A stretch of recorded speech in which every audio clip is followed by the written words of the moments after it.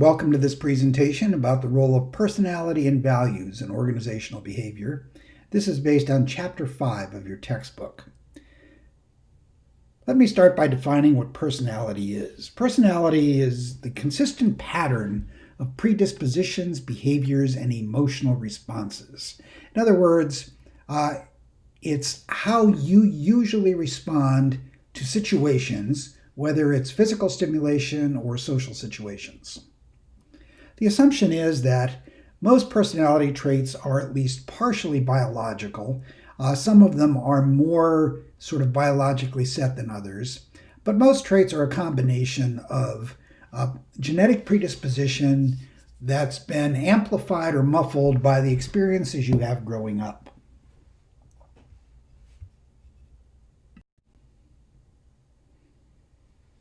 When you're measuring personality, it's almost always a paper and pencil measure of some sort. But it's tricky and difficult to put together a good measure of personality. You have to go through a lot of different experimental stages. You have to establish the statistical validity and reliability of the measure.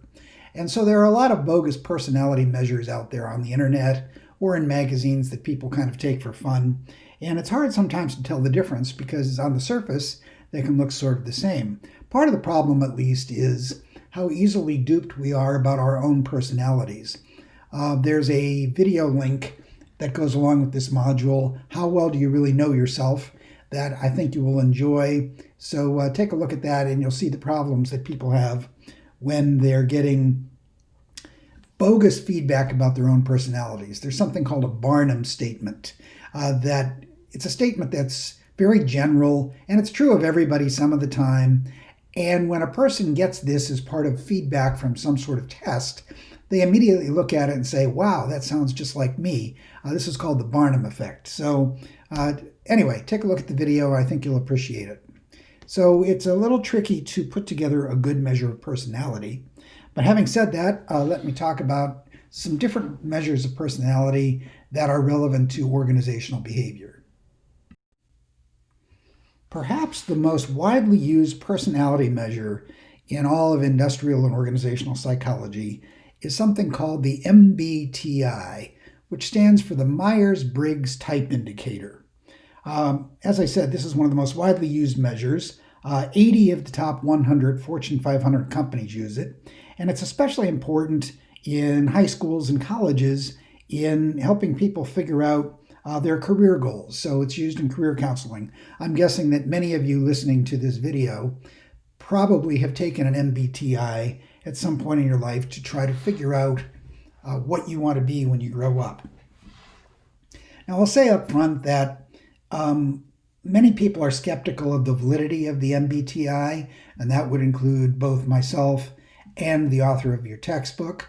But because it is so widely used and so common in the corporate and educational world, and because so many people do really believe in it, I think you need to be familiar with it if you're studying personality in an organizational behavior course. The MBTI sorts people into one of 16 types based on their combination of scores on 4 different dimensions. One dimension is the extroversion-introversion dimension. Where are you along this line from being an extreme extrovert to being an extreme introvert? The sensing intuition dimension.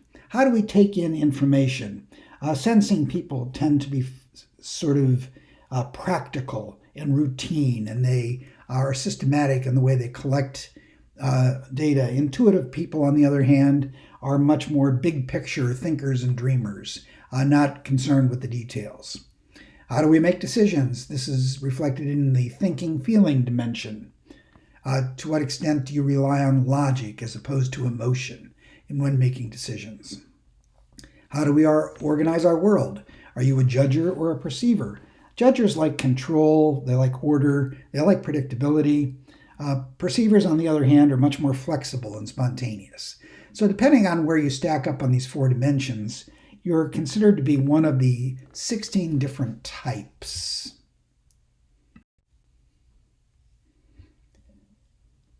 This slide shows the 16 different types and gives you a brief description of what the individuals are supposedly like in each of these. In this course, I don't want you worrying about what the different types are. I want you to know in general what the MBTI is and why it's used, but I'm not going to ask you any detailed questions about the different kinds of dimensions. Part of the problem with the MBTI is they treat traits as categories. They're putting people into a category. You're either this or you're that, but most psychologists think of personalities as continuous dimensions. So it's not like you're either an introvert or an extrovert. You're somewhere along the line between those two extremes with some mix of the two tendencies. And that's one of the problems many of us have with the way the MBTI is put together. And also some of the studies of the validity of this tend to be, well, I guess I'll say a little bit flimsy. As I mentioned earlier, it is widely used in helping people make career choices. And the idea here is that when you're choosing a career, it's really an expression of your personality.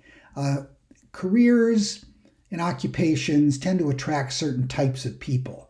And so you have more of one type than other types in different occupations, and they tend to create an environment in which people think a certain way, behave a certain way, have certain values. And if you are like those people, you will be satisfied in that career because you will fit into the environment better.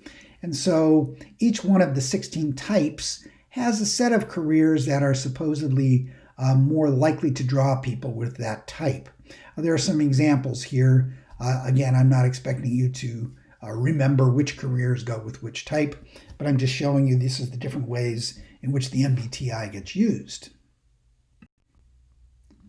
I'm going to spend some more time talking about other personality traits that do seem to have a bit more validity and are also very relevant to the understanding of organizational behavior. In this set of slides, I'm going to talk about the big 5 personality traits, and I'll come back to that in a moment. But in later slide presentations, we'll be talking about the dark triad personality traits, which are Machiavellianism, narcissism, and psychopathy. We'll be talking about self-monitoring, a little bit about core self-evaluation, and about proactive personality. But let me start with the big 5.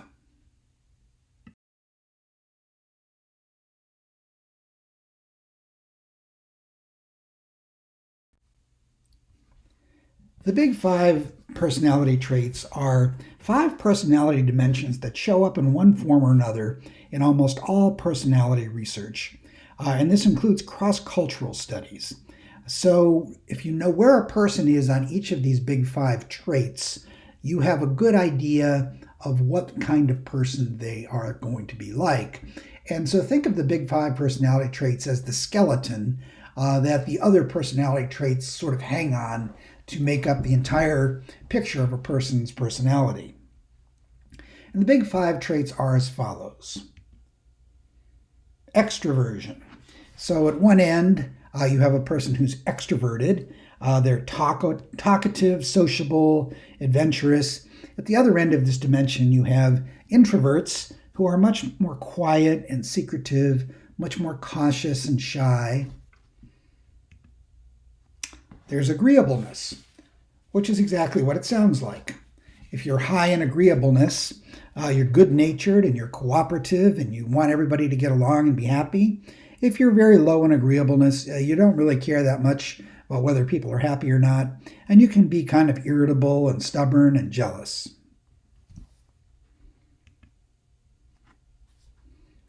The third trait is conscientiousness. It's sometimes called the will to achieve. A person who scores high in conscientiousness is very fussy and responsible. They persevere. They don't give up easily. They worry about being on time. They worry about getting details right. They don't like to let other people down. If you're low in conscientiousness, on the other hand, you can be kind of undependable, kind of careless about keeping appointments, getting things done on time. You give up easier when things get tough. So conscientiousness is the third of the big 5. A fourth trait is sometimes called neuroticism. It's sometimes called emotional stability. They're sort of the opposite ends of the dimension. At the one end, you're emotionally stable. At the other end, you're neurotic. A person who is high in emotional stability or low in neuroticism is very calm, very composed, very poised. Everything's cool. They're not easily ruffled. Their life is a fairly consistent, comfortable, routine kind of thing. A person who is low in emotional stability or high in neuroticism, on the other hand, their life is like an emotional roller coaster. They're always nervous and anxious. They're very excitable. They might be hypochondriacs. Their life is a roller coaster of unpleasant emotions. Think of how frequently you're feeling upset, angry, afraid. The more often that's happening to you, the lower in emotional stability you are. If you know somebody who you would describe as a drama queen, even if that person is a drama king in reality, that's probably what you're describing. Somebody who always has some big uproar going on in their life. Always a big problem. And finally, we have a trait known as openness to experience, which is exactly what it sounds like. A person who's high in openness to experience likes new things. They're willing to try new experiences. They're curious about people and places and things that are very different from what they're used to. They are imaginative. They tend to be artistically sensitive. A person who's low in openness to experience, they're kind of simpler and a little more narrow. They know what they like. They're comfortable in their zone. They're very uneasy about new things, new experiences, new kinds of people. So when you put the big five together, you get a pretty good idea of, in general, what a person is going to be like. And not surprisingly, the big five traits predict behavior at work fairly well.